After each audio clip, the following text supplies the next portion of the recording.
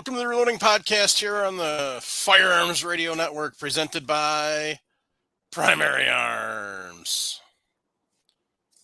How's everybody doing tonight? Doing good. Doing real good.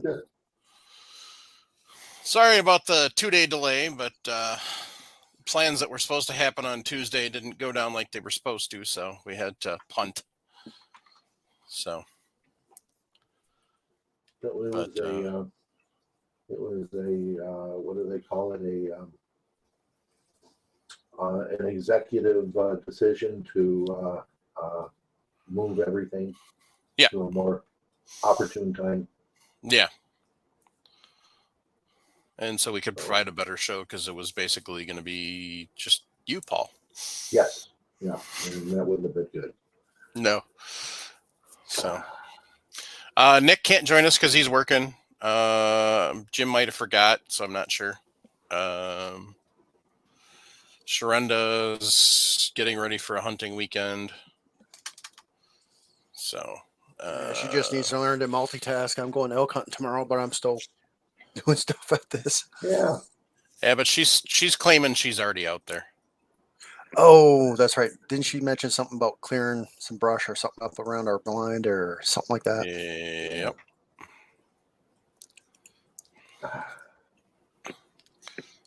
Uh-oh. We already got one there. Traded out Trumbull for Sharp. Okay.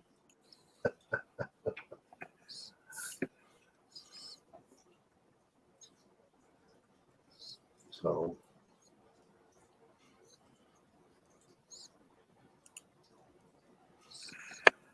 And from what I saw, it looks like Jason's got his trusses in for his shop, so he's probably working on that. Yeah. That'll be. He got all the posts in.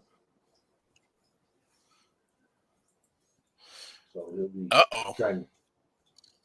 There's a fire alarm going off at Duluth Trading Company's headquarters. Uh-oh. That's not good.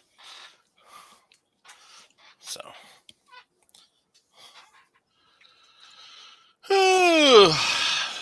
So. Ooh, I should check Travis, because I bet you he doesn't know that we're recording tonight. Ooh. He's always good for helping spend other people's monies. He's done a good job for me.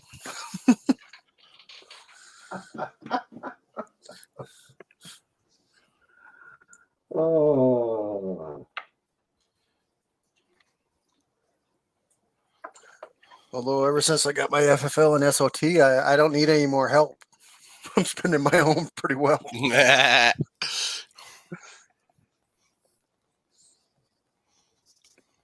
You ever figure out the lathe part yet? I end up canceling the lathe with Precision Matches because it got pushed off again. So I'm in the hunt to see if one of these companies around here that are going out of business, if they have something that's decent secondhand. If not, I'm just gonna revamp and go start looking again, see if I can find something that's in stock. Yeah, I understand that. Yeah.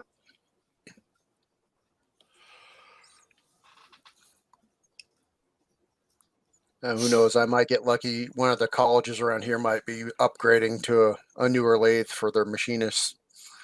Might get a deal on one of theirs that they're swapping out. Oh, we got Larry Cunningham here. Stupid question. 28 gauge shotgun used for trap and ski. Yeah. Yeah. Okay. Yeah, but you got to be good. So trap, you have to be really good. Yes, you have to be good. But for ski, that's not a problem.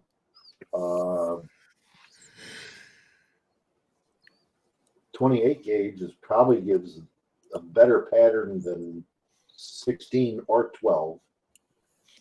And you just got to put up with the cost of the shells. Yeah. Even if you hand load.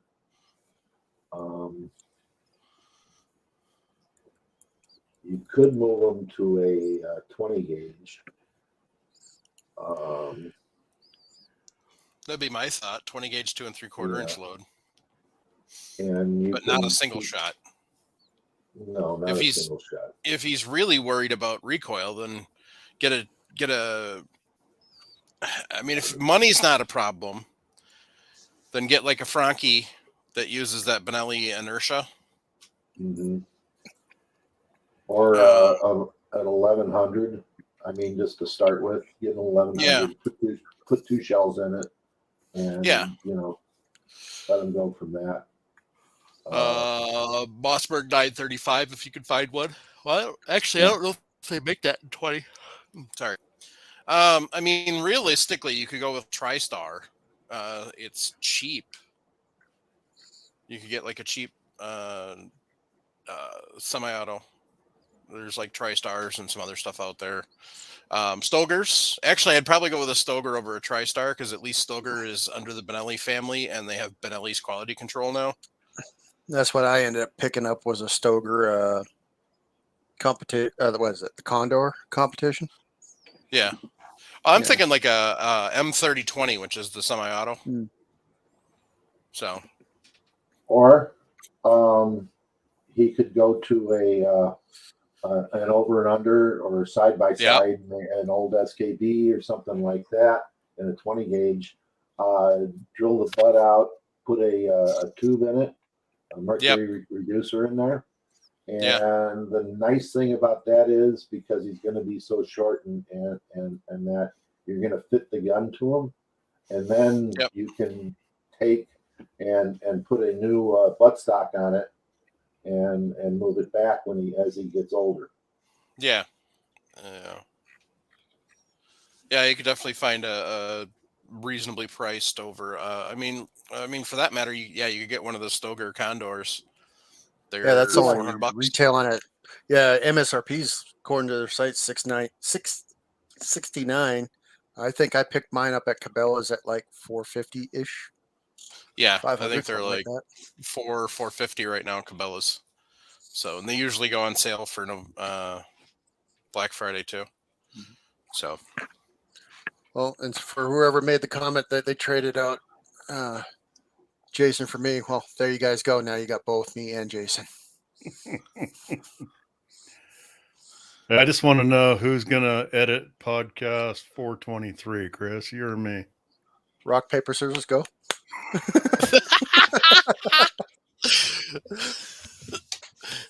You guys are awesome. I think we delegate that to Jake. Okay. There's a good choice. In that case. You got to space it out. Yeah, we got to admit, since we've been able to, since the being able to split the audio, it makes it a lot easier. Mm-hmm. It does. So, from that standpoint, sure does. Oops. So, between Jason and Sharinda, I was able to cut a lot of the stuff out. Right. Jason, you got a big project going on. I do.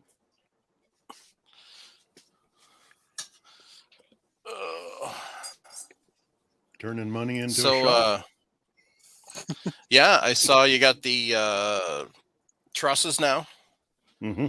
So does that mean the kids are coming over to lift them up, or you're going to put Kathy in the bucket? I'm hoping somebody will hire a crane. I'll tell Kathy if she doesn't hire a crane, you're going to put her in the bucket.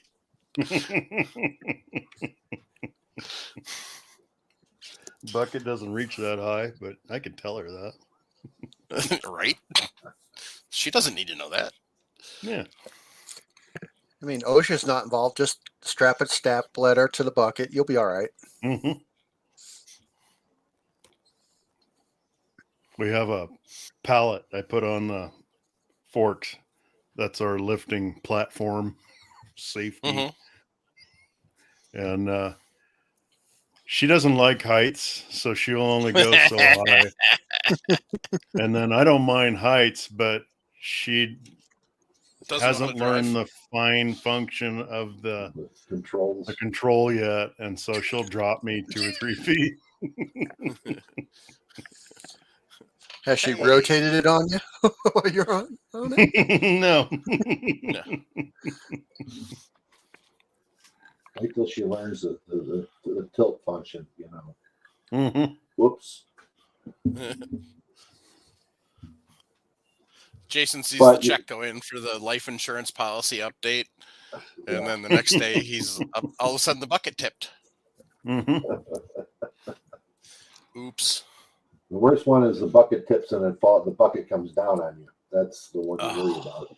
Yeah. When it smacks you in the head, yeah, that's not fun. But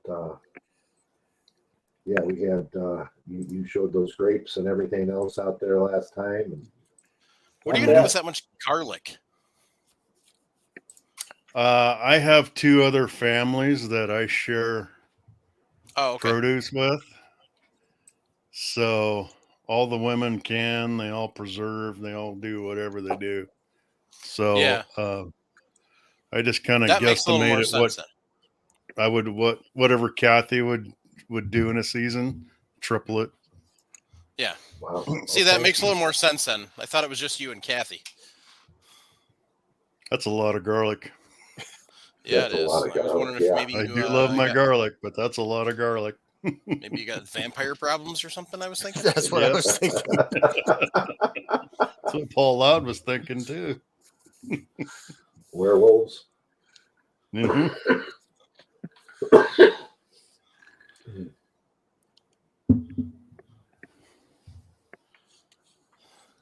Yeah, he's in that area where they have that, you know, those Sasquatch sightings and all that kind of stuff now. So he's got to think about that. Yep. You know. Yeah, but I've heard squatches like garlic, so. Oh, okay. Well, they got Dogman too, so I mean, this is, you know. At least they don't have Florida, man. Yeah. Hey, if you want to do something funny, put a date in, Google search, and then put Florida man after it. You get some pretty good stories. I'm not gonna lie.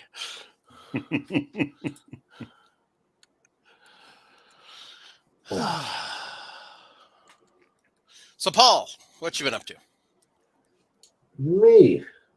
Well, you know, I'm just really starting to get it back in the swing of things here, and powder and some bullets have finally been coming around. Now, not a lot, but powder's coming, and bullets are starting to appear. So been in the process of buying bullets, and powder I bought last month, but bullets this month, and a barrel got to get sent out to go get chambered and spun up. And I keep waiting for Chris to get a lathe so I can have him do the work. And you know, but it's getting really hard on barrel manufacturers are getting very difficult to deal with. Yeah. And so, well, like everybody else, they're running out of supplies. They tell me they can't work it fast enough. They got supplies. They got steel. Okay? Oh, well, that's a good thing. Not a problem. They just can't produce fast enough. You know, yeah. You know, when you're talking about a cut rifle barrel and they're sitting there going, well, you know, we got, you know, one day to drill it, one day to ream it, you know, and then to hone it and lap it and everything else. Yeah, I suppose. That, you know, and they're telling me that I was talking to Brooks, and they're getting orders for 200 plus barrels a day. I believe it. You know, I think what you're probably seeing too is the competition shooters. I mean, they always typically order 2 to 3 barrels out of whack, but when they know it's going to be possibly, you know, a 5-6 month wait, they're probably ordering, well, give me 10 barrels. That way I'm good and I can space it out and order more. well, later on. we just had the F-class nationals just finished. Okay, so everybody That was a lot of came out barrels there. burnt. That's right. So that one, you know, just, you know, one guy was I overheard had bought 10 barrels while he was there. Okay. Yeah. So, and that's for next year. So let's say everybody goes through 4 barrels a year. You know, and then you start adding all the PRS shooters, and everybody else is trying to make, you know, custom, semi-custom guns. And then there's stupid me that sits down and said, "Yeah, Brooks, I want a left-hand twist. I want started at 9.5 and ended at 8. Okay, or yeah, you know, that, like I said, you know, just tell them what I want, and guess where that puts me? Bottom of the list. Well, and also Yeah. when you got companies like Hornady releasing a new caliber, that's going to throw another wrench into the mix because now you got to produce those right twist rate barrels for that 7 PRC, which is going to tie up more machine time. Yeah. So, you know, it's just yeah, barrel makers are the bane of our existence right now, unless you're looking for an AR. I can get you all the AR barrels you want. Mm-hmm. Yep. Excuse me. See, like I said, you got to space them out. Yeah.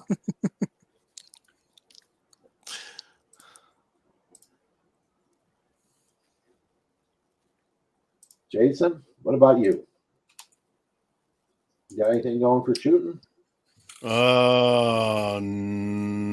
No.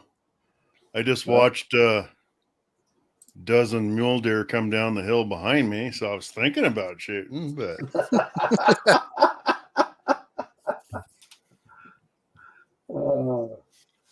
Drag that 40 XB out and kind of lay down there on the cold ground and put crosshairs a little bit above the shoulder.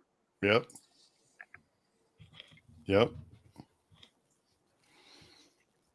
How many barrels do you think these companies pump out in a day? Depends on the company. Let's start with the bees. Brooks can turn out 50 to 100 barrels a day, depending upon what they're turning at the time.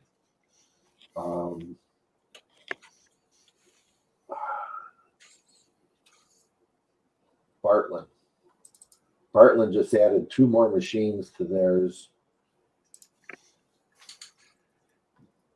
But the whole thing comes down to QC. You know, they won't expand any more than they can turn out a good barrel. Krager is probably the biggest one of all as far as turning out barrels. And you notice about 95% of the barrel makers are up in Mike's area, neck of the woods. Well, some of these companies also make barrels for other companies as well. So they'll do a string of theirs and a string for this company or that company. And then. Mm-hmm.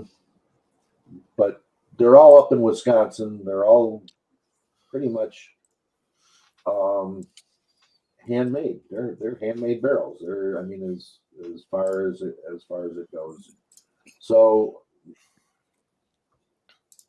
200 barrels a day, call it for most of the companies. And they get more orders than that. I mean, a lot of gunsmiths will sit down and put their orders in for barrels. You got a name, and that's what they want, and they all order, and all the different contours they offer.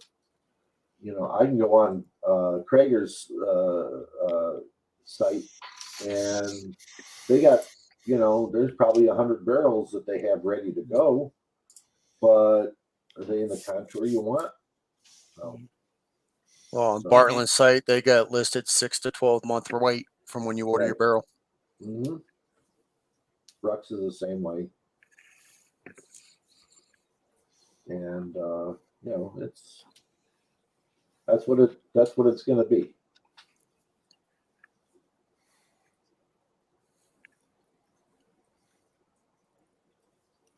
So,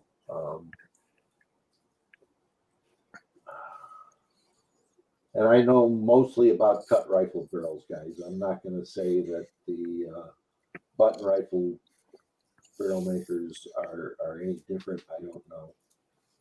Bartland's only an hour and 15 minutes from my house. Right.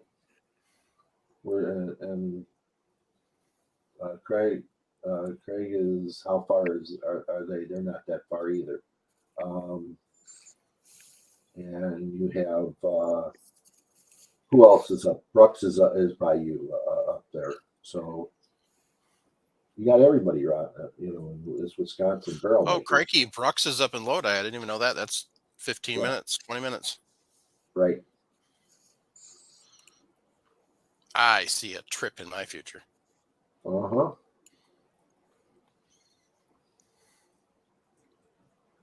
Maybe we can get somebody on. Come with money.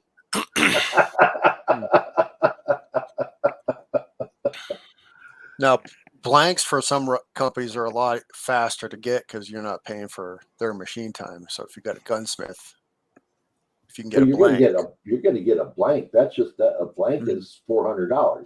Yep. I mean, and that's just a blank.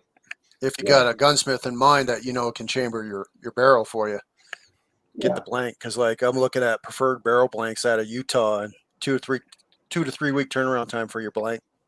Yeah. For a contoured blank. Yeah.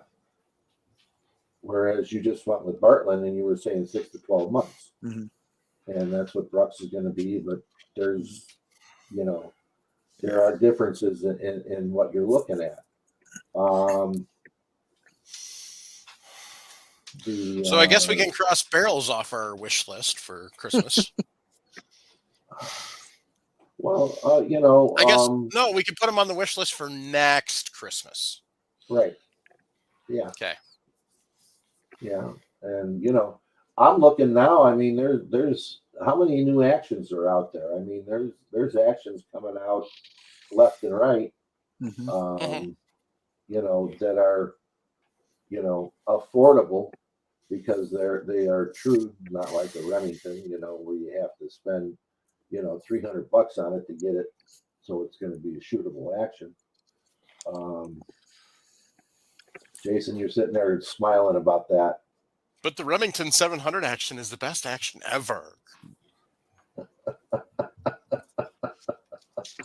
Massive eye roll.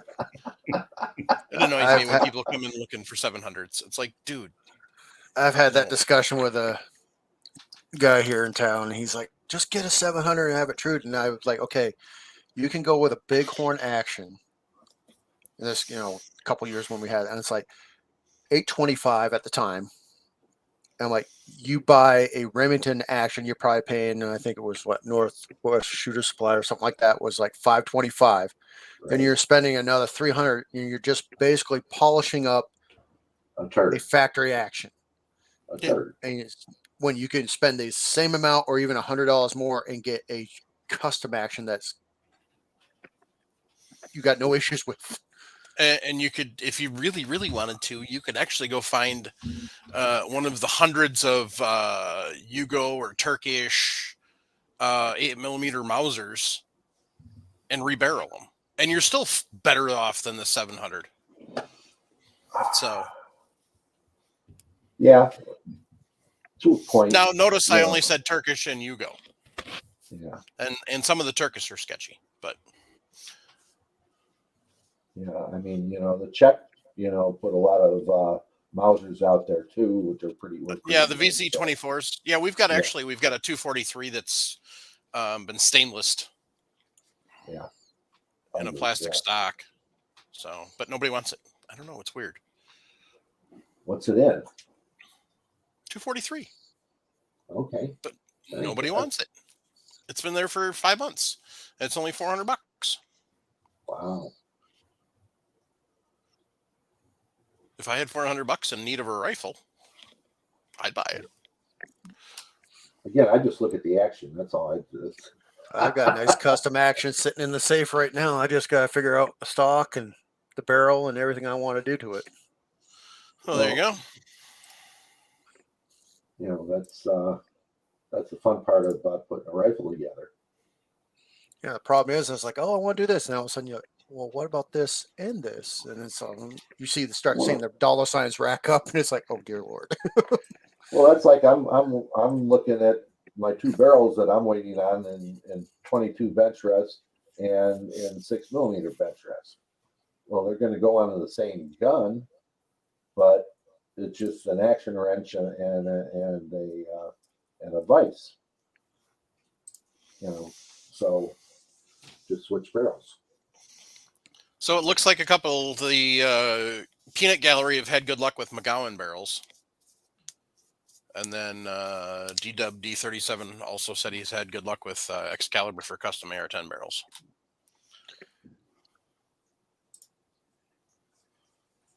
I mean, I've heard good things about McGowan barrels, and one of the companies I was looking at for pre-fit for that American Rifle Company action was going to be Carbon 6 because they use the McGowan blanks and then carbon wrap it. I was thinking about giving them because the price wasn't that bad at all.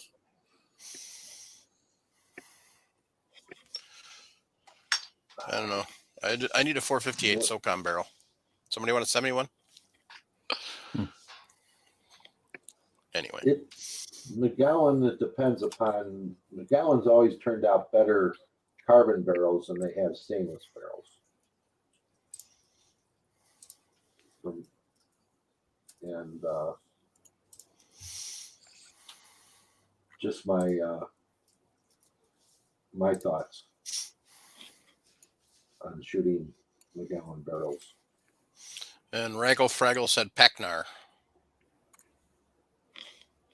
Used to be his go-to. Yeah. For ARs, I'm not sure about for. Well, I know they make other ones, but for the chamber, but I know they make a lot of for ARs. Yeah. Yeah, AR barrels really aren't an issue right now. You can still find plenty.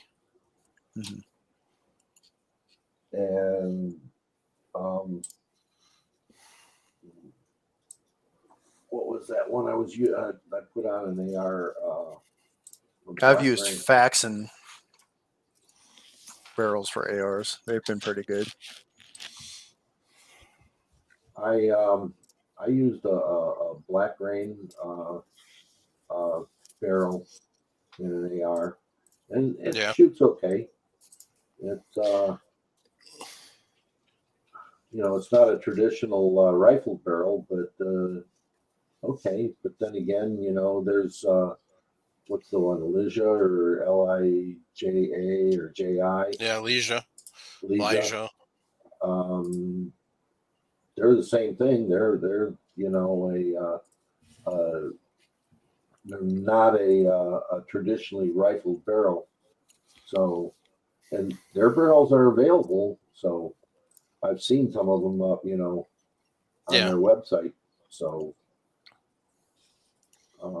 and reasonable. I mean, compared to to some of them. I mean, you know, in the high 300s. So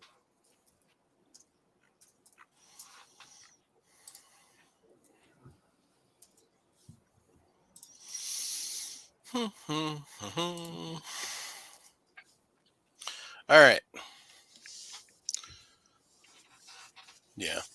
Craig on MZ said when you get to looking, there are a lot of barrel makers. I think more for the AR platform than for traditional. But the problem is you got to have your action already and be able to find somebody that's got barrels for the specific action. So, I mean, there's, like Paul was saying, there's a lot of different actions out there now. So, and the cost to chamber and thread is from most gunsmiths is going to start you about $300, and it's going to end up about $400 or $500. yeah. Depending upon what you want done. So what action are you using, Paul?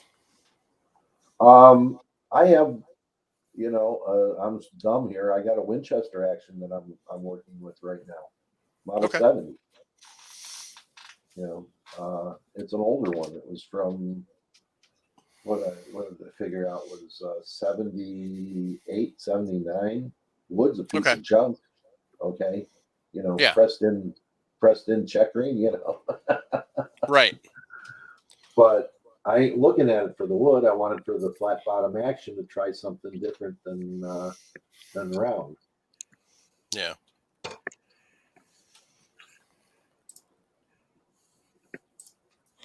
So bad actions, they're good. There's nothing wrong with a bad action.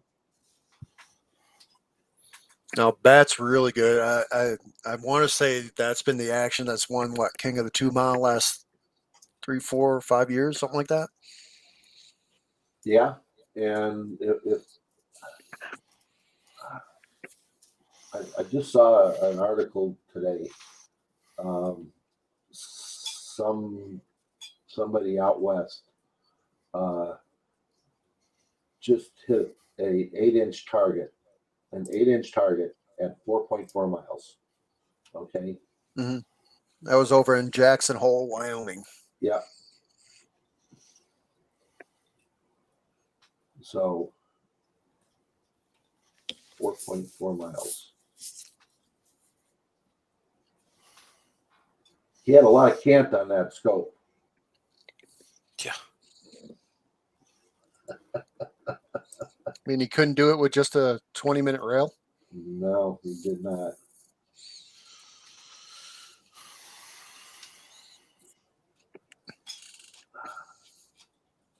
$750 to chamber a barrel. Okay. And the blueprint in action. Well, I hope he's good. I mean, you know, if you can single point blueprint in action and, you know, and does everything else that's involved in it, you know, recut the threads, getting everything straightened out, you know, recutting the bolt lugs. Yeah, I can get into that, you know, straighten the face out on the bolt face.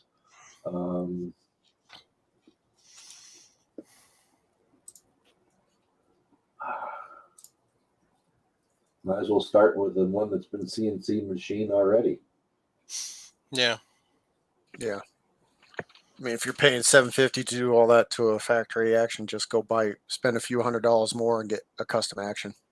Exactly. And I'm trying to remember who it was, but just a couple weeks ago, I saw somebody was offering a factory action, you know, that's fully CNC machine for around $550.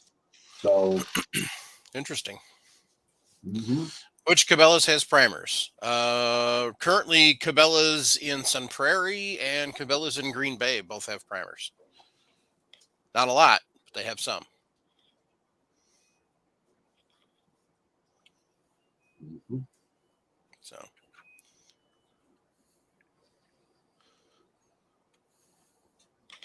anyway, So I was just looking to see how much. I found a Southern Precision Rifles has got a few. They list their least expensive is a Zermatt for $900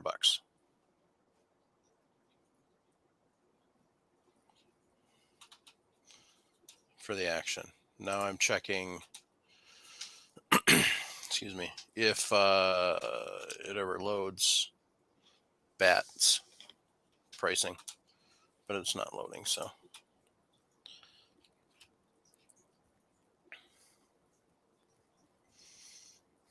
Oh,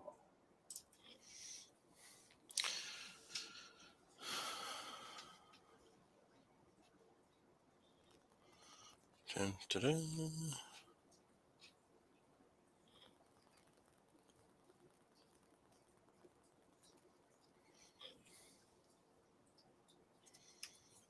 Green Bay, I ain't trying to be Smokey and the Bandit.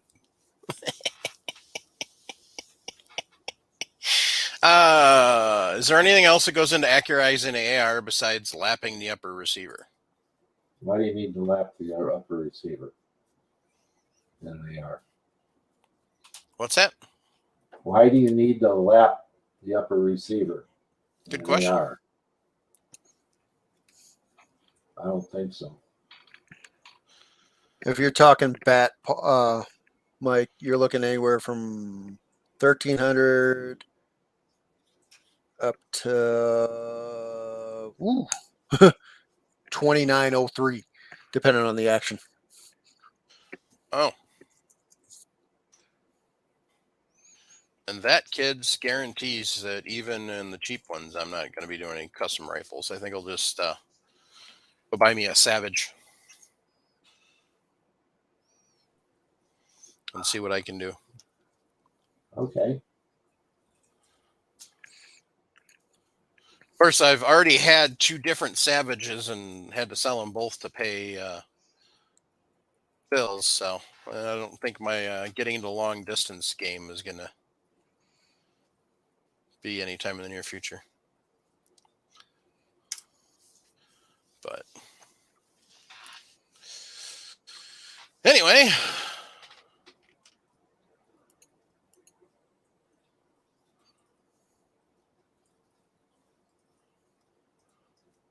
Yeah, I was thinking. I'm trying to think of all the tricks to make an AR shoot. Lapping yeah, there's no need to do that. well, I what would you even do? I guess maybe.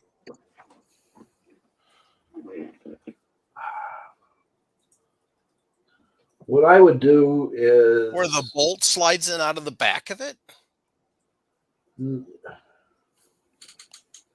I mean, getting other things, other items getting things to fit right, getting the barrel torque to the upper receiver right. Oh, he's talking about lapping where the barrel meets the Right, receiver. the upper receiver, right, and I don't know. I've never seen with a good barrel. I've never had a problem with it. I mean, it went in, fairly tight, which it should, and then I worked my locking my lock nut on there, and maybe put a few spacers here and there. What he's talking about is where the barrel matches up with the front face of the receiver to get it square all the way around.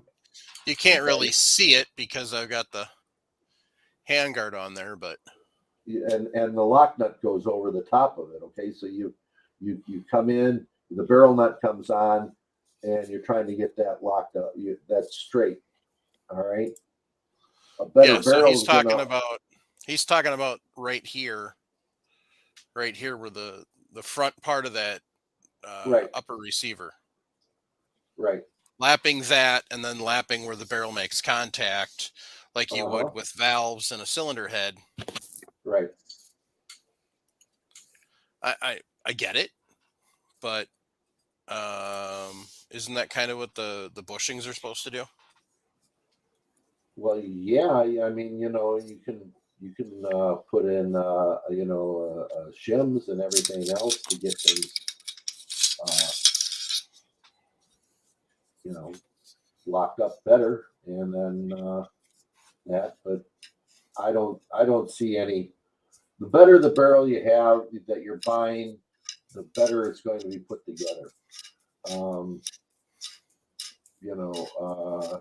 If you're looking for an AR barrel,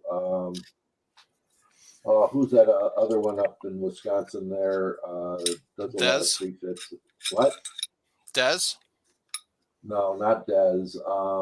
Begins with a C. It was Criterion. Criterion. There you go. Get a Criterion So he's barrel. literally talking like right there. Yeah, exactly. Exactly. It was kind of bad. I just hand cranked that barrel nut off. That's good. Fix it with a little JB weld. You'll be all right. It doesn't matter because the barrel's coming off anyway.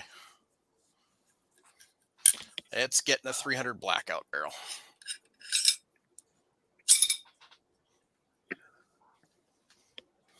So you lap the receiver to get 100% contact between the barrel and the receiver. There's a pin there, right? I mean, every AR that I've put together has had a pin to index where the barrel goes. How are you going to get it and lap that in with that pin there? You're going to drive the pin out? So he's talking about that notch there. Right. And then you can't really see it on that one because the gas tube's in the way.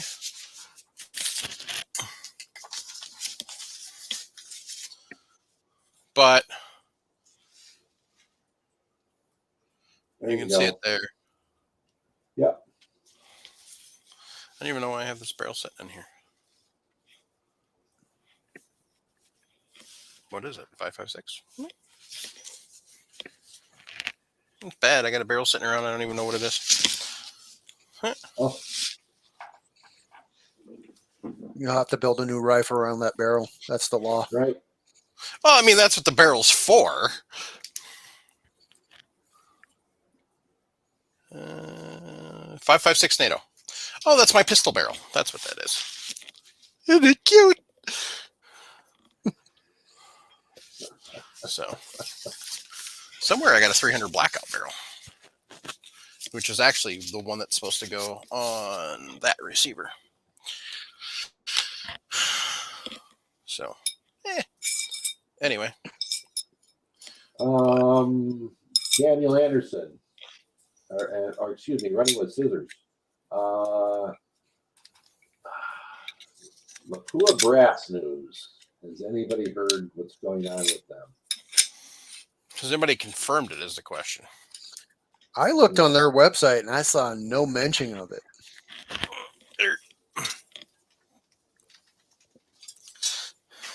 And I figured something like that would have been a news release on their website.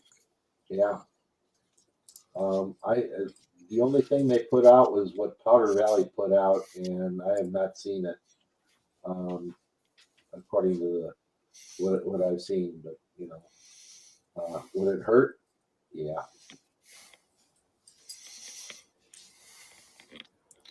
We would be seeing a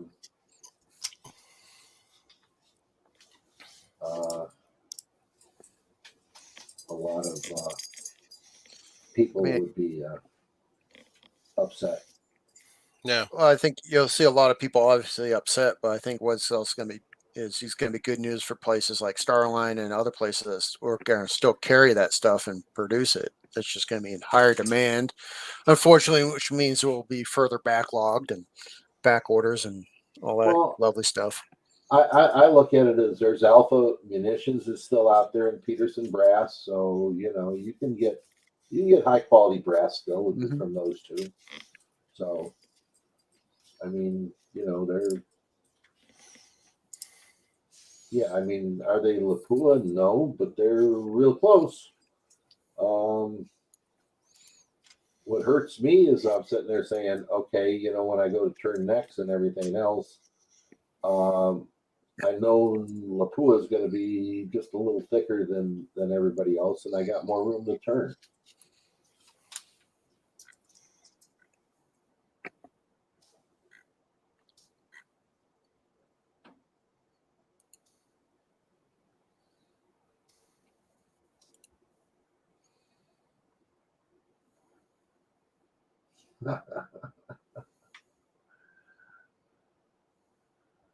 We're not responsible for keeping you sane, Larry. Right? Yeah. I thought we were here for the exact opposite. Exactly. No kidding. No kidding. Holy crap. Sorry to scare everybody. Looking at me for so long. But to continue the torture. There we go. So you need to do the split screen, Jason on one side, me on the other. Now Paul Loud can have nightmares again. You're welcome, Paul. Sucker. So, for those of you who watch on YouTube, we're gonna be adding Utreon to our video profiles. It's like YouTube, but not anti-gun. So, Sean and the gang, I guess, have been using Utreon for a while. I finally got caught up the other day on listening, and he was talking about how they're using Utreon now too. So another place to find the podcast. I mentioned we've got a chat group on Signal. It's not getting much action, so if anybody wants to join, seems like Discord's the only place that we really get any action nowadays. MeWe's kind of dead, Signal's kind of dead, but hang out, stop in, say hi. So anyway,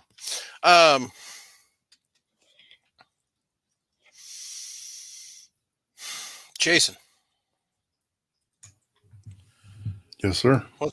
What's on your wish list for Christmas? Well, I don't actually have one because I'm spending money right now.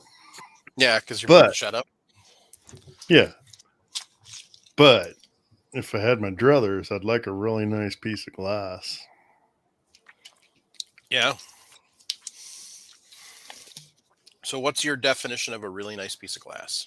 Oh, Zeiss. Okay. German glass, as far as I can tell, seems to be pretty spot on. Schmidt and Bender. Yeah. You did what after you shit? What?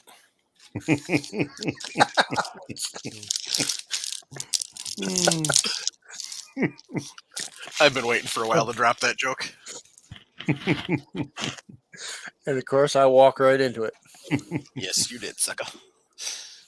That new Zeiss that they have is supposed to be a pretty nice scope.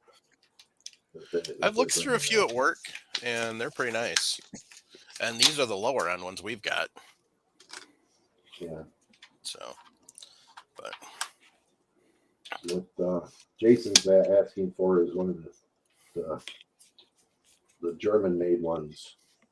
Where the guy in the grinder is stiff when he's doing it, so there's no floats in the. You talking that LRP S5, Paul? Is that the size here? I haven't had a chance to look through one of those yet. Yeah, you would. They're a little money, but well, if you're on an expert voice, you can get the discount through them. Yeah. Yeah. Jason, that's funny. I'm getting a Tasco. From a garage sale. It's a garage sale one. Mm-hmm. Oh my goodness.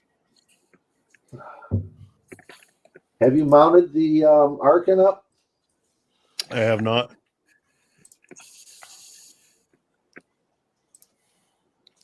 I'd have to find my scope mounting tools. Okay. And all I can tell you for sure is they're that direction somewhere in the garage. Okay. So I'm not in a big hurry to like dig everything out that I can use for. I understand you're building your shed. I mean, you Yeah. know, that's. I'm sitting here looking at this, and I'm going, okay, you know, I did pretty lucky when I got mine. Mm-hmm. So the shed was already built. I just had to pile crap know, in it. Yeah, pile crap and put the heat and electric in. So Yeah. you know, but you know, I the place I was looking for had to have a building, you know, where I could call mine. So Mhm. Yep.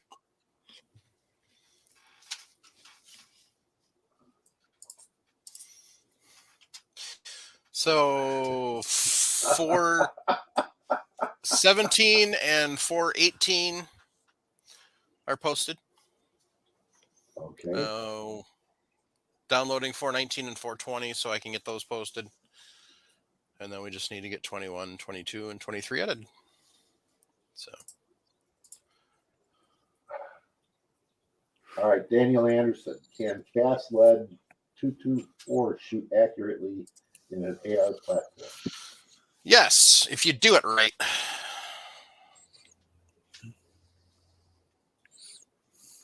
Yeah. Shooting cast lead is a basic rule. If you don't size it properly, it's not going to be accurate no matter what you're throwing it down. And it will feed through, if it's hard enough, it will feed through an AR mag, but not overly hard, and to engage well in the rifling. So, yeah, you got a little.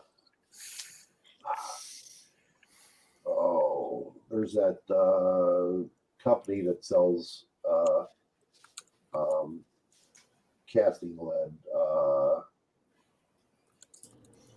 Rotometals. Rotometals. Go there, order up some different types of Lyman lead. #2. Yeah, but you can order up different types of lead depending upon the tin and antimony that they put in it to get it better to shoot in a rifle than in a handgun. True. Yeah, you want something a little harder than Lyman #2 for a rifle. Right. So you can gas play check with and it. powder coat. Yep. And sizing is very important in it. Size matters, Paul. Yeah, size matters. Okay. Correct size matters. That's the caveat. Oh. Yeah. Just depends upon how big his AR is. That's right.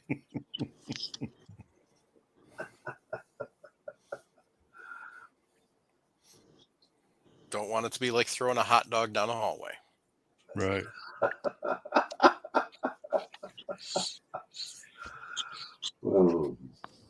Sharinda, I don't mean to sound offensive, but you're dark. That's because I just got done setting up my blind in the dark. Oh, that's where you're at. Yeah. Okay. She's actually in witness protection, Jason. Yeah. No, if I was in witness protection because I may have won the Powerball, I'd be a blonde-haired, blue-eyed white woman right now. Me too. What a coincidence.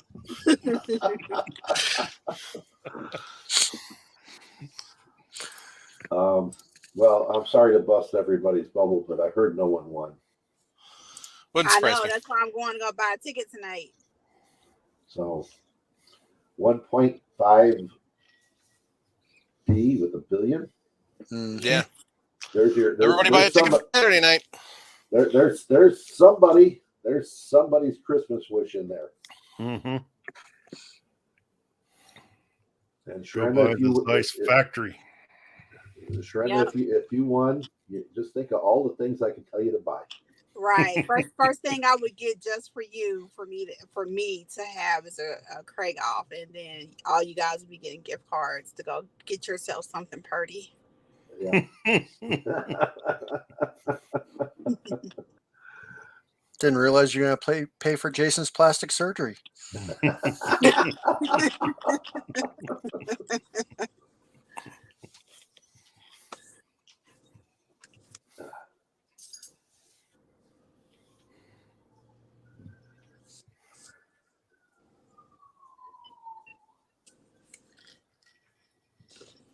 I guess I can turn my car off.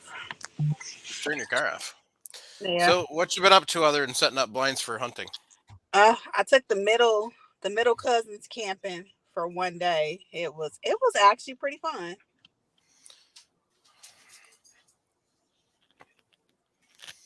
Where'd you So go? we actually camped on. A friend of mine has some property, so we Nice. camped on her property for a trial run to see how they liked it. And already they're planning this spring birthday party camping weekend. Now the middles are 11, 12, and 13. So I'm trying to figure out who's taking them on this weekend camping trip and who's sponsoring it. Yeah. So it was fun. They got to set up their first tent. They had their first camp cooking. Nice. They experienced no hotspot or Wi-Fi, Nice. and they experienced the digging a hole. Nice. Yep, and coyotes and hunters in the area. So that was a good experience for them, and they freaking had a blast. So, did they understand the concept behind the hole?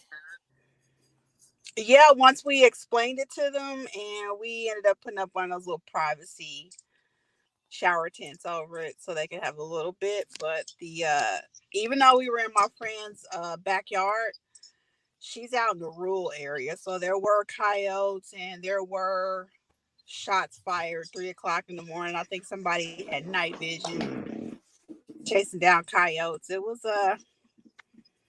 three little city black girls having a total white experience, as they called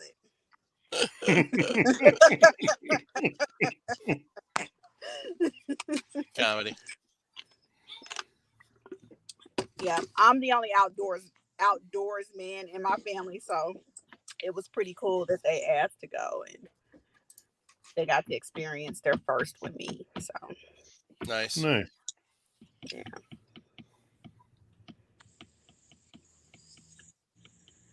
but I'm not taking any of them hunting. They don't know how to be quiet.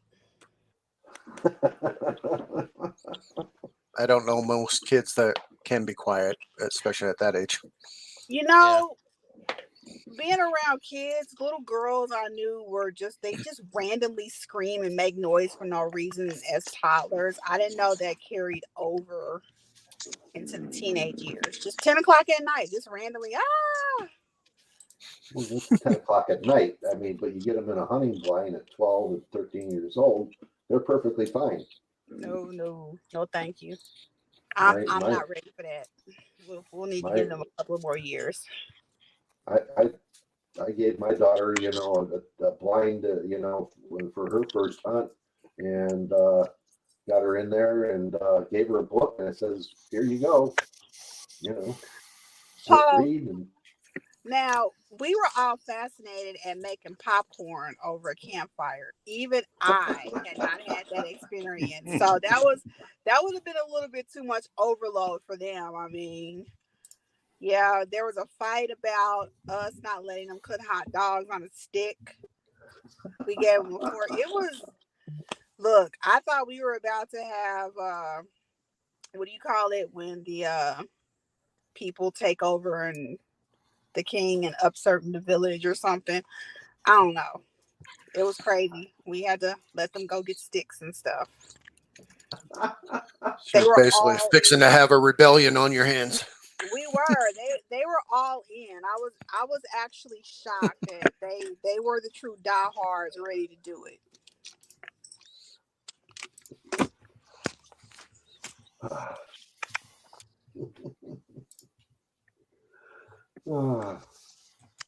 Yeah. Other than that, I've not been up to anything. I'm Right. just getting ready for rifle season. Yeah. There you go. There you go. Nothing wrong with that. Yeah, and my blind is in Nothing. a sweet little spot. It's in the midst of honeysuckle and rosebush thorns. Oh, fun. So Oh, that's what fun. I was doing tonight, cutting those back and setting up the blind. Yeah. You dust it with permethrin? Yeah, I did that Okay, week or so ago. good.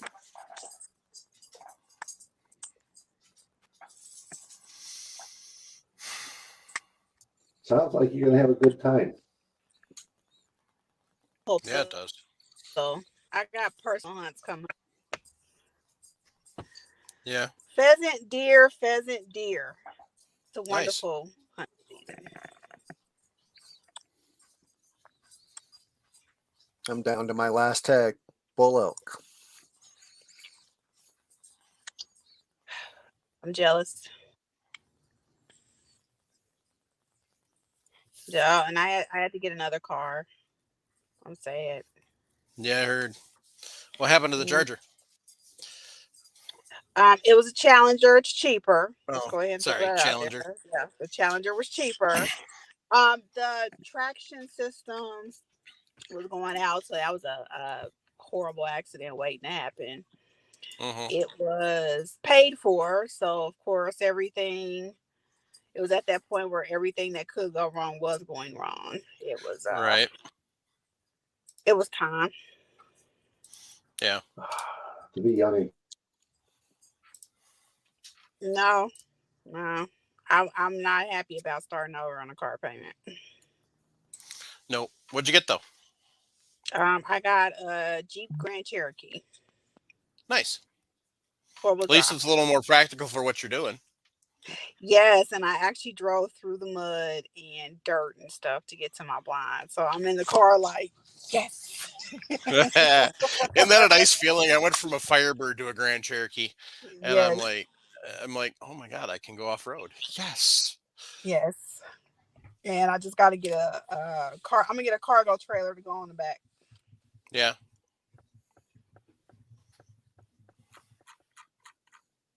So we'll see. I mean, I should be happy about it, but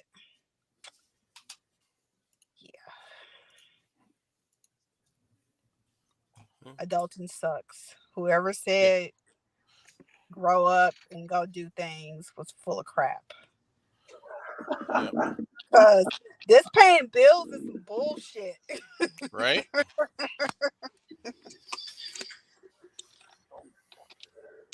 Like, I just want to move back home so I can buy all the hunting gear and all the guns. Right. Right.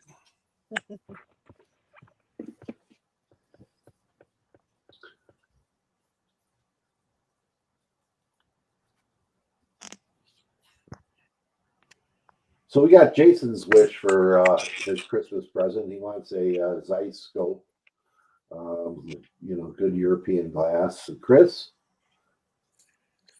I'd like to get myself either the MDT HNT 26 or the XLR magnesium chassis. One of those two.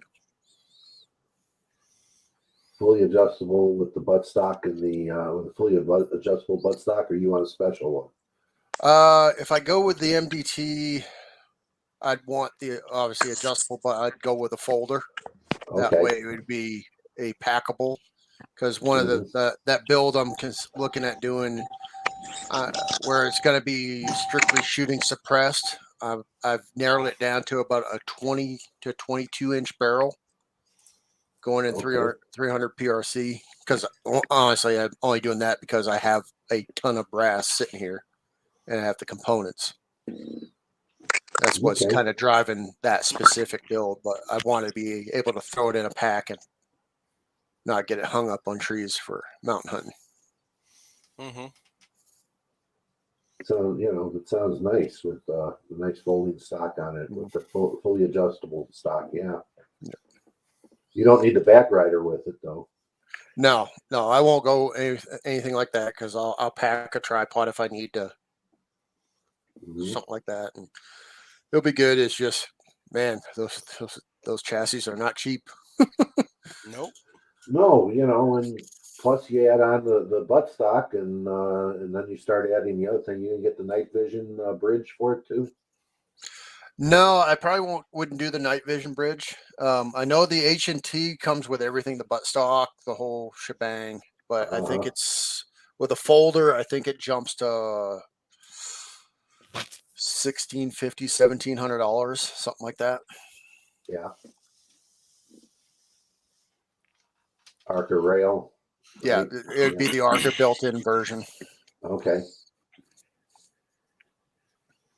And then of course, you'd Cerakote it, right? You'd order it Yeah, in black. You'd I mean, order it in black. you can get it in black or FDE. I'd just get it in Right. black for now and get the build together first, and then figure out if I want to do a camel pattern or something like that on it.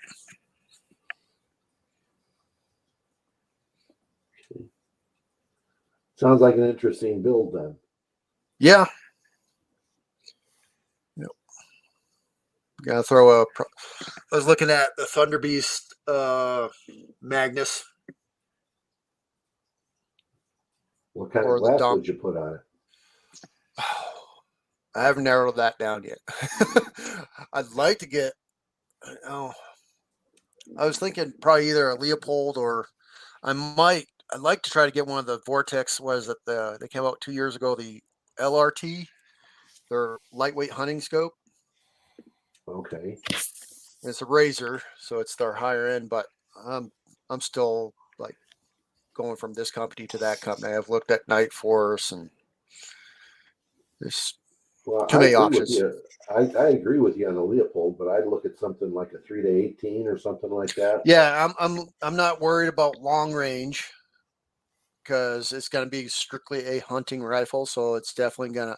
I'm not worried about like a 6 to 25 or 5 to 25 or anything like that.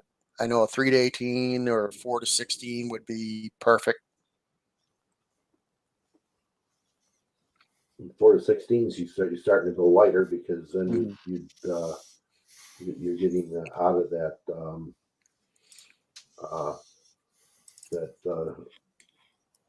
that what is it, 5 times zoom range. The 4 times zoom range is more doable, lighter weight than the 5 time Mhm. or 6 time. Yeah. Yeah. But I obviously don't want to go too light on the rifle because even though it's a hunting rifle, I still want it to be enjoyable to shoot and not Hmm. be a recoil monster. Right. Because I still, you still got to have that opportunity to take a follow up shot if you need it. Yep. Yeah. Well, you can always do it. You just one shot with that one, then you hand the rifle off to to your gun bearer, and you ask for the other rifle.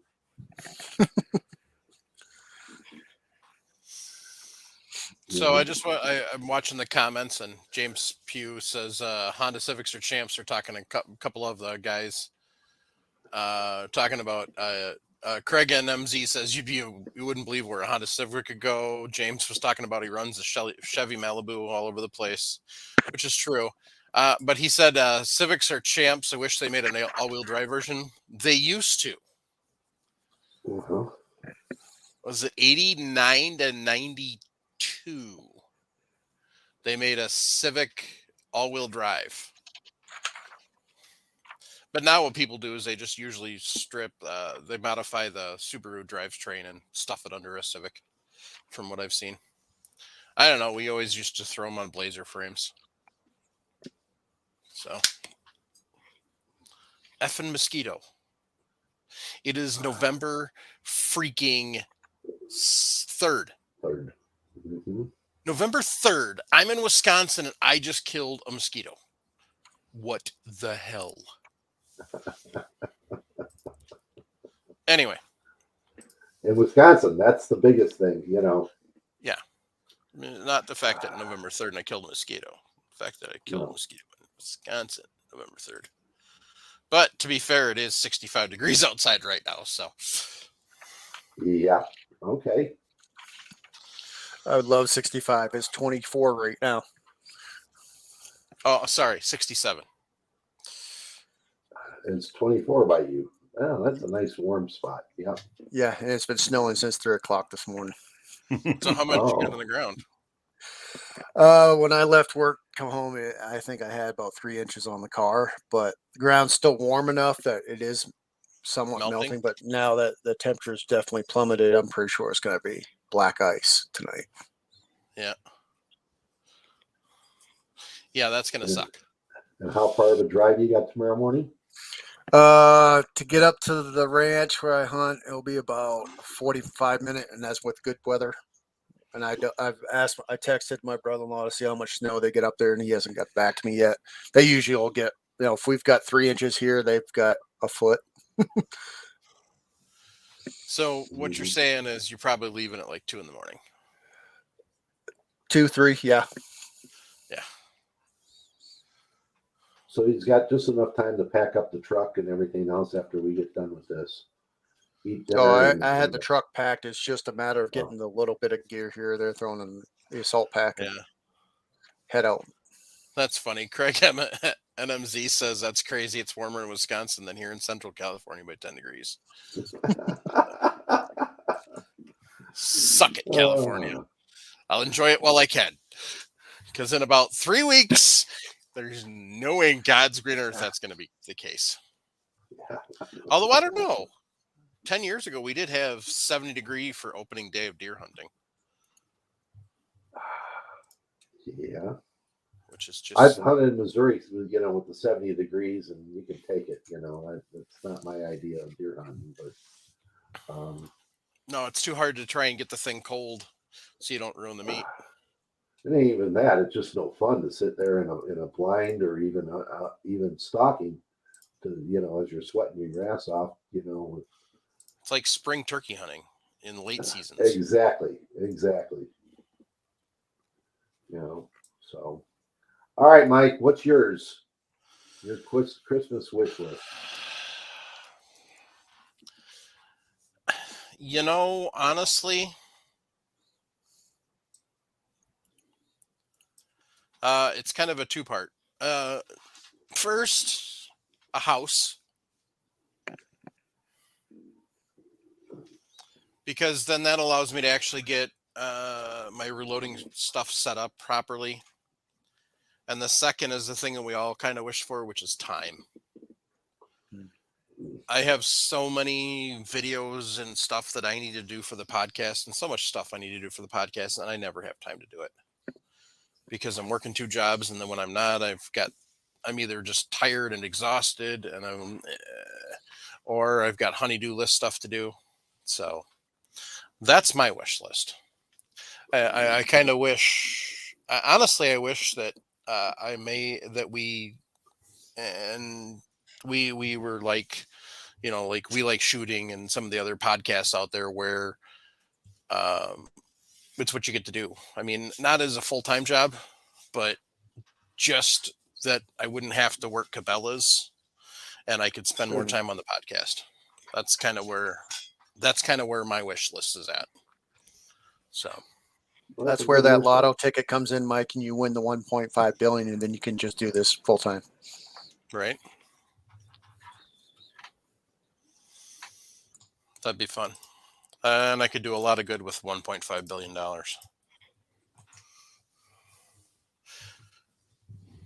So, other than that, I don't really have any equipment designs or, I'd kind of like to be able to get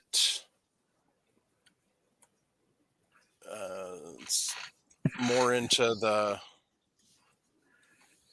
gunsmithing area too. So, but I really would like to be able to set up so I could do choke tubes. That's kind of one of those things that I'd like to be able to do is be able to take and barrels that don't have choke tubes and be able to cut choke tubes in.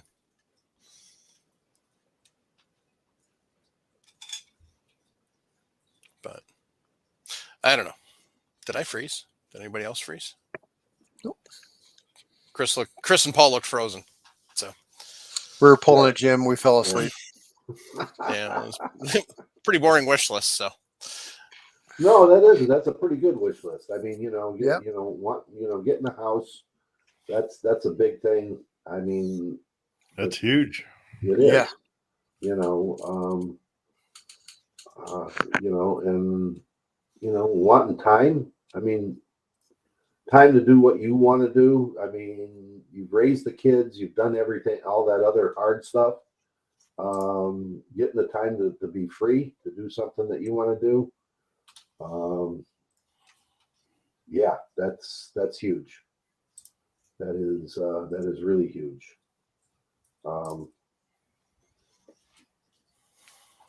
I mean, Jason, you've raised up one or two, Two. and a lot of work, right? Oh boy. Yeah. Some days I'm not done working either. amen to that. I mean, I remember putting mine, through one of mine through college and paying that bill. Oof. The other one went in the Navy, and that was okay. Other than the wrong service, I mean, what the heck?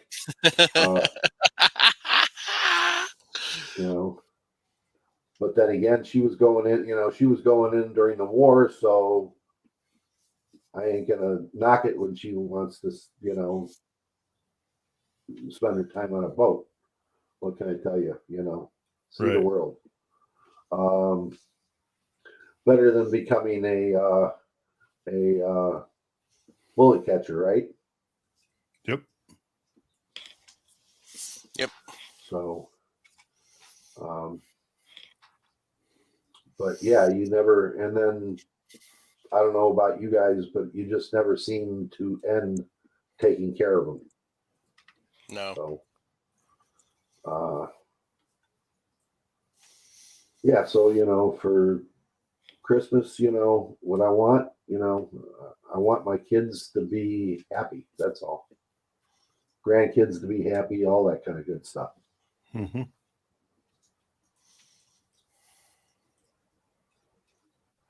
And material stuff will all come. Yeah.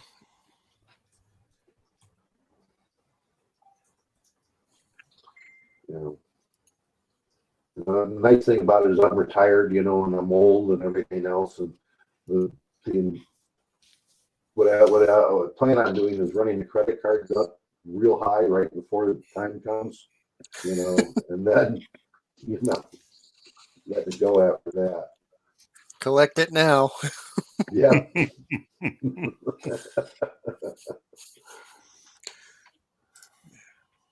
I sent Nick a thank you gift. I sent him I upgraded the 419 funnel kit, so I sent him the Lyman brass Smith adjustable funnel kit because he hadn't gotten his Frankfurt Arsenal. So I was like, "Here you go, buddy." Nice. That was nice of you. Still, thing is, I sent it out last Friday.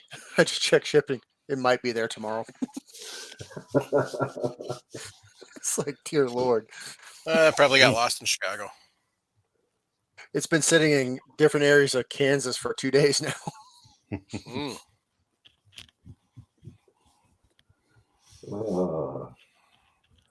Paul Loud, who pays college bills these days? I don't know. I did because they sit down and I had to sign my name to them. So if my kids would have taken them out, it wouldn't have been a problem, right? Mm-hmm. Yep. Uncle Sam paid mine off for every year I did. I got a third paid off. Mm-hmm. Thank you. Yeah, Uncle Sam gave us a lot of stuff, didn't he? Yeah. Tax bills. I just had to sign my name on a dotted line. So every year, first 3 years, every year I completed, they paid 1/3 of my college loans off. And I just ended up doing 14 and a half before I got medically retired. Yeah,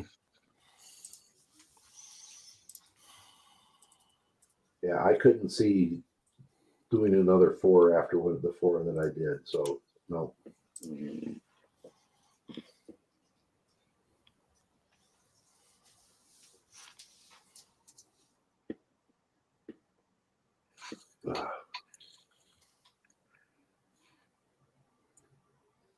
Anyhow, pretty much got it for tonight. Yep. I love Paul out. That's funny. Oh, that's hilarious. But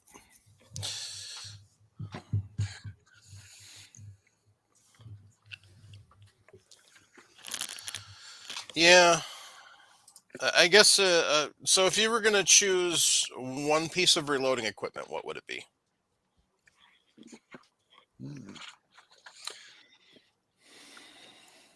That's easy. What? Super trickler. Okay.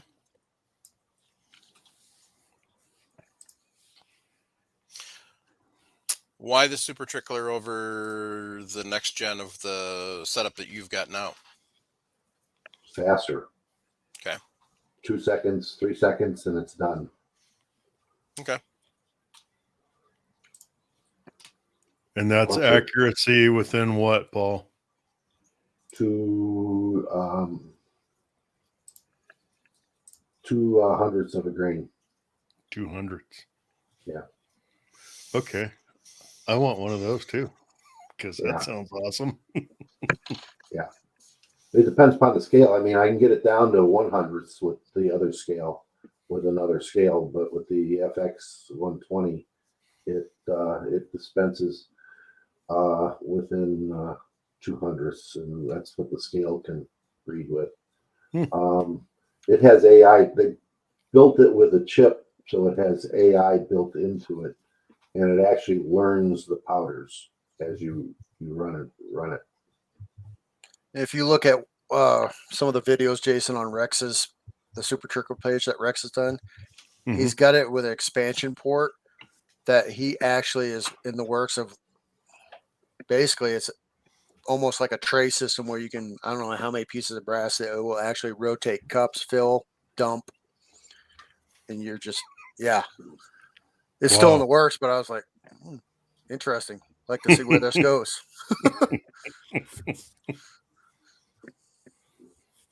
Yeah, but the AI part of it is the interesting part, because as it learns your different powders and everything else, and you can program the powder. So they're showing some shorts of some guys that are programming powder, and they're getting powder drops in the 2 and 3 second time frame.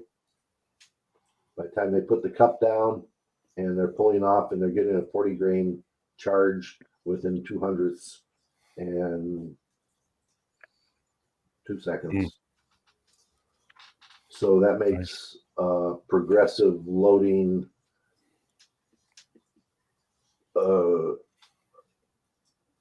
obtainable without using a progressive powder charge.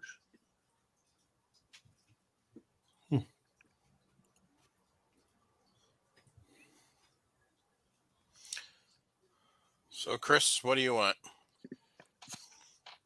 The iDot case trimmer. Now, that's inside and outside. It's not a case trimmer. It's a case turner. I'm sorry, not case trimmer. turner. Case Right? turner. Yeah, the iDot case turner. So it will cut your inside and outside or turn your necks both at the same time, so you won't have that possibility of the donut or anything like that. But it's only basically $2,000, Jason. So I mean,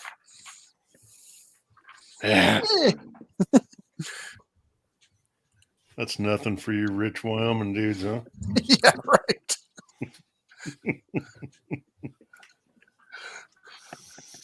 He's looking at having 3 jobs. I'm sitting there going, wow, Plus, he's got his wife working too. She's my sugar mama. She mean, Yeah. that's how it works.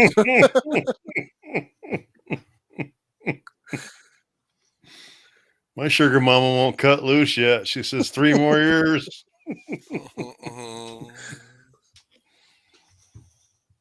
There you go. Not to mention her investments have taken a dump recently. Oh, well, yeah. Tell me about it. Yeah. You're not retired yet. I am. I'm sitting there looking at. Oh. Yeah. You watch a quarter of everything just go. Yeah. That's a sickening feeling. I think I need an annealer. I got an annealer. Oh, you finally got it from him? EP showed up on Tuesday, as a matter of fact. And that's what I was thinking of getting. So yeah, I thought you were talking about your friend that was supposed to make you one. Yeah. He quit the Air Force, moved back to North Carolina. And I've talked to him a couple times, but nah, that's done and gone. I am going to probably end up picking up a couple of their reloading trays, though.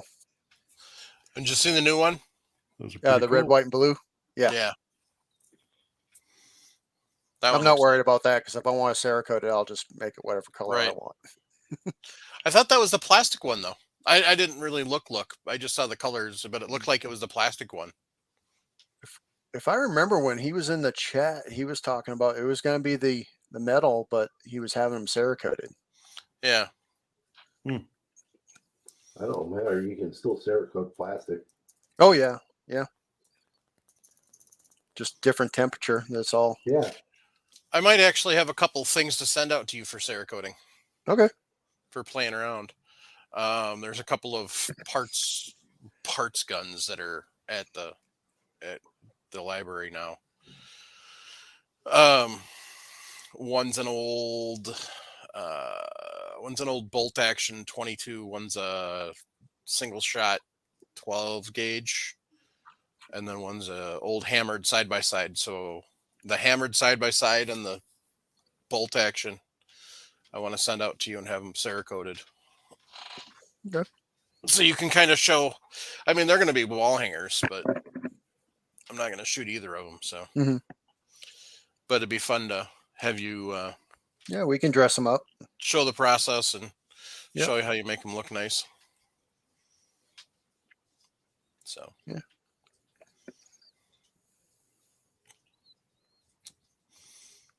But I did finally move the stack out of the corner, though. They're in the closet now because we had the duct cleaners all last Friday, so kind of had to go and hide them. Oh, so just rifles laying around, shotguns laying all over the place. Don't touch that; it might be loaded. Yeah, exactly. And if it's not, I might touch it and then touch you. Wow. I had to explain to somebody what butt stroking is the other day. Oh yeah. Somebody was being a smartass at the counter, and I said, "Knock it off, or I'm going to butt stroke you." And they're like, I said, "No, that's where I take a rifle and jack you in the forehead with the butt." He goes, "Oh."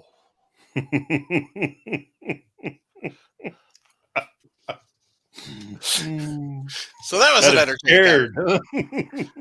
Then I explained to him I was actually going to go to the gun library and get the K11 that's sitting in there and use that to butt stroke him because that thing's at least 11 pounds.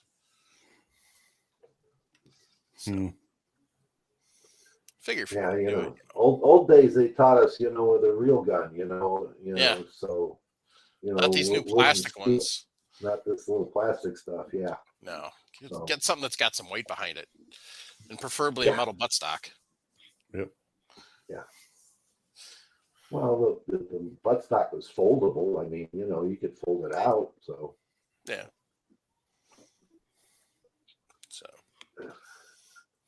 And there are 2 butt strokes. So, the high one and the low one. Yeah.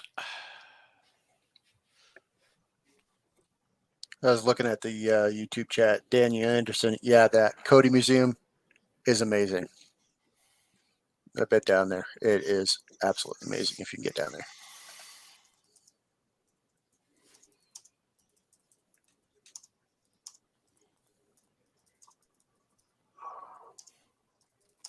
He wants to visit Longmire. Yeah, they have Longmire Days based off the TV show. Yeah. Oh, do they? Yep. So if you're a Longmire fan, there you go. Yep. And then just up the road for what? Oh, it's what, an hour and 15, hour and a half. You got where Chris Ledoux, they have the museum and all that stuff. Yeah. And his son actually is playing music now, and he sounds just like his dad. Oh, wow. Cool. Yeah. That's awesome.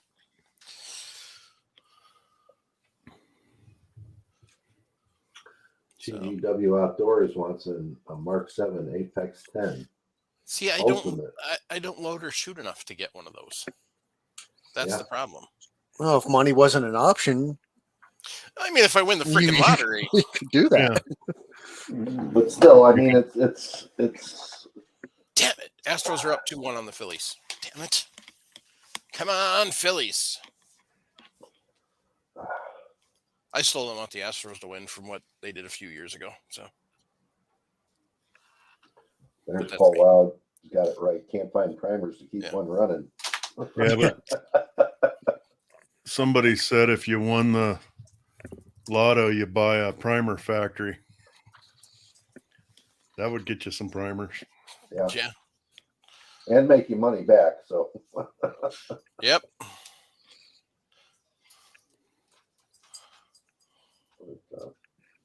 Yeah, definitely gonna get my own primer making factory. You gonna go ground up, Mike, or buy an existing one? I'm going ground up. Okay. New technology. I mean, the thing is, why buy an existing one? Because you're not going to add anything to the market. That's true. $1.5 billion. I can definitely spend $10 or $15 million building a new primer plant. Mm-hmm. And then not only am I adding to my own collection, but I'm now adding to my fellow reloaders. So, especially if they pay you cash directly under the table, right? That could be possible. Plus, I got to build it from the ground up because where the hell else am I going to build that new fancy reloading room?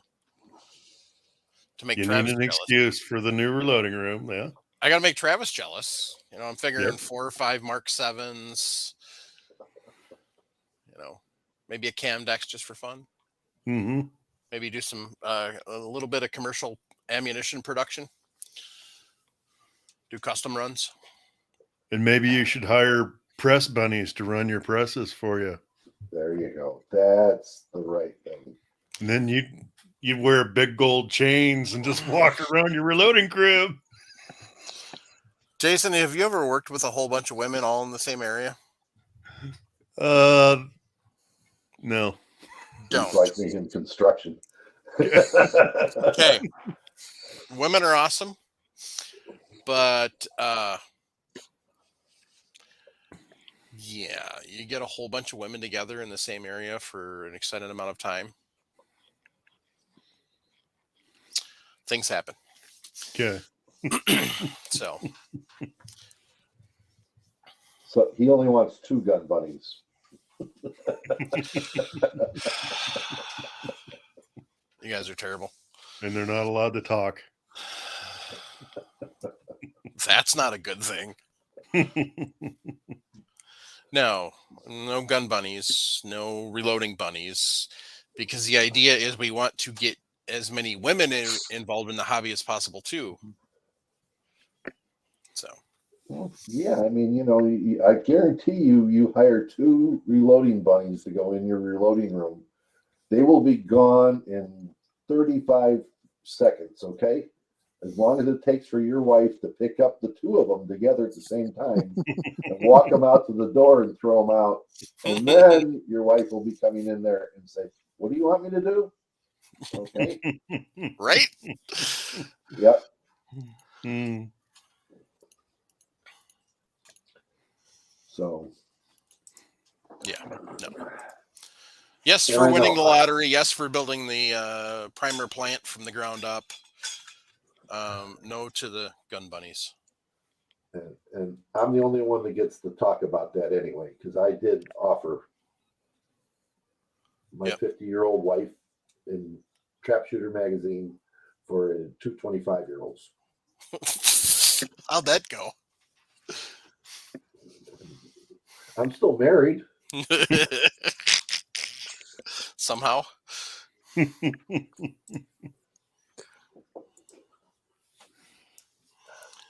No, actually, I would have Vanessa come and she can run the reloading room. Well, So, Nick has got Candy, yeah. have you seen Candy try to reload? Yeah. No. So, but anyway. Oh, funny video the other day. Lena Michelik. You know how she's this little thing? Jerry's daughter. Somebody had made a troll had made a comment on one of the social medias about how she was too small to shoot a 12 gauge. So she runs out there with one of Dad's 940 JMs and starts cranking off rounds. She's wearing Crocs, so she's first got to slip her Croc back on when she gets out there. But she's sitting there and she's cranking off rounds with that, and then starts shooting it one-handed, and then hopping on one foot. Oh my goodness! Yeah. I'm like, yes, Mhm. that is excellent, smart ass return. So yeah. See, I mentioned Vanessa's name, and she says hi. There. So Vanessa, if you didn't hear, if I win the lottery, I'm building a primer making plant, and then I'm building a reloading room attached to it, and I'm going to make some ammo and stuff too. And I'm going to have you come and run the reloading room. So here we go. Anyway, and then we can She have can also double as your accountant because she's good with numbers. yeah, exactly.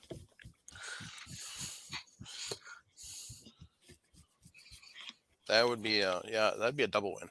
So, but yeah. Oh, at least an indoor 500-yard range. Excuse me. Oh, yeah. I'm going to build a smoke house, GGW. So one of them, Craig got MZ said I need an indoor 500-yard range. Well, yeah, we got to test the ammo somehow. And then GGW Reloader, GGW Outdoors said, better have a smoker on the premises. I'm building a freaking smokehouse. All right.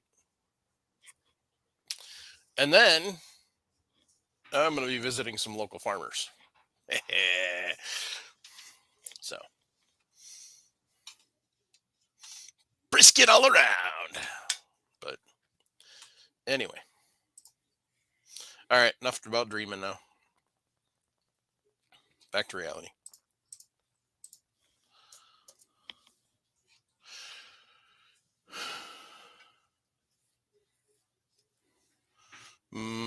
Short ribs. Yum. Oh, it's supposed to be some ribs I made today. Yeah.